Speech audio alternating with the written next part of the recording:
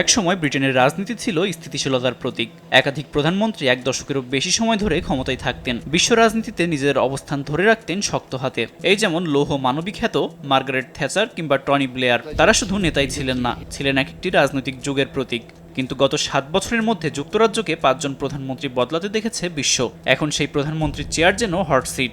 Downing street এখন যেন স্থায়ী ঠিকানা নয়, বরং অস্থায়ী ট্রানজিট ক্যাম্প। সমালোচকেরা বলছেন, ব্রিটেনের এই রাজনীতির মোড় ঘুরে যায় ২০১৬ সালের ব্রেক্সিট গণভোটের পর। ডেভিড ক্যামেরন ইউরোপীয় ইউনিয়ন ছাড়ার গণভোট ডেকে নিজের রাজনৈতিক ভবিষ্যতের জুয়া খেলেছিলেন। ফল উল্টো হয়, তাকেই প্রথম বিদায় নিতে হয়। এরপর আসেন থেরেসা মে। ৩বার পার্লামেন্টে ব্রেক্সিট চুক্তি পাশ করতে গিয়ে ব্যর্থ হন তিনি। নিজের দলই তাকে সমর্থন দেয়নি, ফলাফল বিদায়। এরপর মঞ্চে প্রবেশ করে ব্রিটিশ রাজনীতির সবচেয়ে বিতর্কিত চরিত্রদের একজন বরিস জনসন।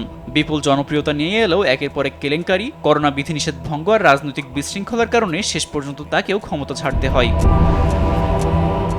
তারপর যা হলো তা যেন আরও অবিশ্বাস্য। লিজ ট্রাস মাত্র ৭ সপ্তাহ টিকেছিলেন ক্ষমতায়। অর্থনৈতিক পরিকল্পনায় এমন ধাক্কা দেয় যে ব্রিটিশ অর্থনীতি কেঁপে ওঠে। এরপর আসেন ঋষি সুনাক, কিন্তু মূল্যস্ফীতি, জীবনযাত্রার ব্যয় আর অভিবাসন সংকট সামাল দিতে না পারায় তাকেও শেষ পর্যন্ত বিদায় নিতে হয়। আর এখন একই চাপের মুখে বর্তমান প্রধানমন্ত্রী কিয়ার স্টারমার। মাত্র কয়েক মাস আগেও স্টারমারকে দেখা হচ্ছিল নতুন আশার প্রতীক হিসাবে। ১৪ বছরের কনজারভেটিভ শাসনের অবসান ঘটিয়ে বিশাল জয় নিয়ে ক্ষমতায় এসেছিলেন তিনি। কিন্তু জনপ্রিয়তা এখন দ্রুত কমছে।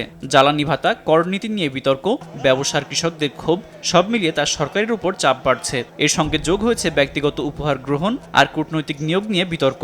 এমনকি নিজের দলের বহু এমপিও এখন তার বিরুদ্ধে সরব।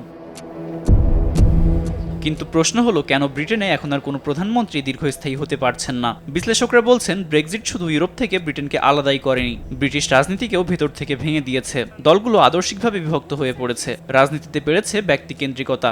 এখন দল ব্যর্থ হলে শুধু দলের সমালোচনা হয় না, সরাসরি নেতাকেই দায়ী করা হয়।